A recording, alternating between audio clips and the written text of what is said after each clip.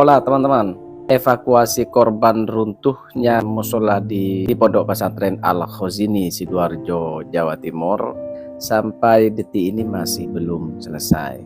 Sampai video ini dibuat sudah ada 5 korban yang dinyatakan meninggal dunia teman-teman. Ada keributan kecil antara wali santri dan juga Basarnas yang sedang melakukan evakuasi. Beberapa wali santri menganggapnya evakuasi terlalu lamban dan alat-alat berat yang dibawa ke pondok pesantren itu beberapa tidak digunakan untuk mengevakuasi reruntuhan gedung-gedung tersebut. Bahkan ada ibu-ibu yang memberikan permohonan pertolongan kepada Bapak Presiden Republik Indonesia. Bahkan ia rela sekalipun nanti anaknya itu ditemukan dalam kondisi tidak selamat. Yang penting bagi mereka anak-anaknya bisa dievakuasi.